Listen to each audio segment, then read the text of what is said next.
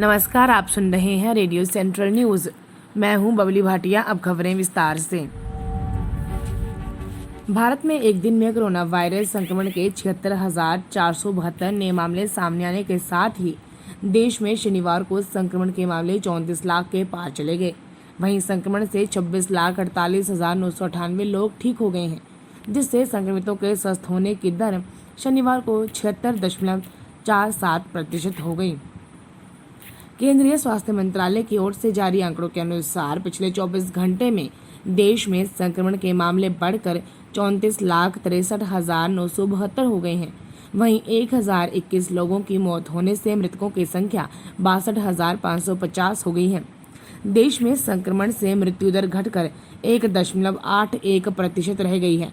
आंकड़ों के मुताबिक देश में फिलहाल 7,52,424 लोगों का संक्रमण का इलाज चल रहा है, जो कुल मामलों का 21.72% है।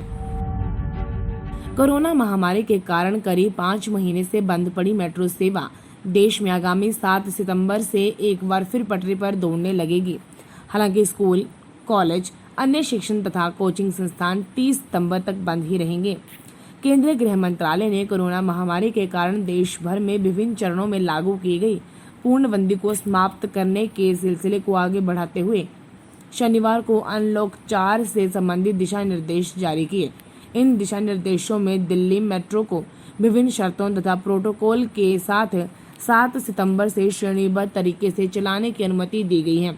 ये प्रोटोकॉल और नियम तथा शर्तें आवास और शहरी कार्य मंत्रालय, रेल मंत्रालय तथा केंद्रीय स्वास्थ्य और परिवार कल्याण मंत्रालय आपस में सलाह कर तय करेंगे। स्कूल, कॉलेज और अन्य शिक्षण तथा कोचिंग संस्थानों को राज्यों और केंद्र शासित प्रदेशों के साथ सलाह के आधार पर 30 सितंबर तक बंद ही रखने का निर्णय लिया गया है।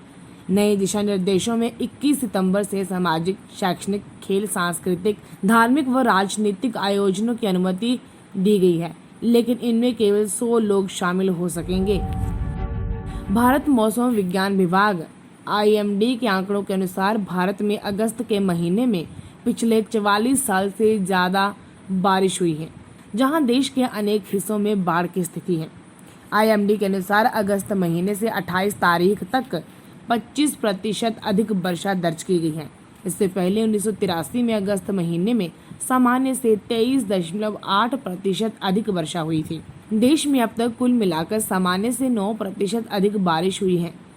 बिहार, आंध्र प्रदेश, तेलंगाना, तमिलनाडु, गुजरात और गोवा में अधिक बारिश दर्ज की गई है। वहीं सिक्किम में अत्यधिक वर्षा हुई है। कई राज्यों में नदियों में उफान के साथ बाढ़ के हालात हैं।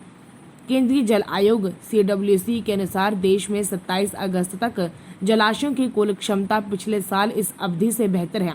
ये पिछले 10 साल में इसी अवधि में औसत भंडारण क्षमता से भी बेहतर है। भारत के राष्ट्रपति रामनाथ कोविंद ने कोविड-19 महामारी के कारण ऑनलाइन आयोजित किए गए समारोह में शानदार प्रदर्शन करने वाले देश के खिलाड़ियों को सालाना राष्ट्रीय खेल पुरस्कारों से सम्मानित किया, जो कई शहरों से लॉग इन हुए।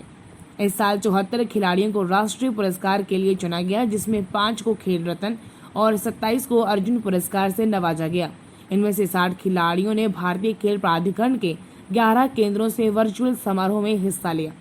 क्रिकेटर रोहित शर्मा खेल रत्न और ईशांत शर्मा अर्जुन पुरस्कार समारोह में शामिल नहीं हो सके, क्योंकि वे इंडियन प्रीमियर लीग की प्रतिबद्धता के लिए संयुक्त अरब अमीरात में हैं। जबकि स्टार पहलवान विनेश फोगाट खेल रत्न और बैडमिंटन खिलाड़ी सात्विक साईराज रंकीरेड्डी अर्जुन पुरस्कार को कोविड-19 पॉजिटिव पाए जाने के बाद समारोह से हटना पड़ा। रोहित और विनेश के अलावा 3 अन्य खेल रत्न पुरस्कार टेबल टेनिस खिलाड़ी मनिका बत्रा, पैरालंपिक स्वर्ण पदकधारी मरियप्पन थांगवेलु और महिला हॉकी कप्तान रानी रामपाल को दिए गए, जिन्होंने समारोह में हिस्सा लिया। रेडियो सेंट्रल न्यूज की टीम सभी देशवासियों से अपील करती है कि लॉकडाउन से ही कोरोना को रोका जा सकता है। आप घर के अंदर रहकर इस घातक वायरस से बच सकते हैं। जान है तो जहान है। आपका ये कदम आपकी जान के साथ साथ पूरे देश को कोरोना वायरस के तांडव से बचा सकता है। इसलिए घर पर रहें, सुरक्षित रहें। धन्यवाद।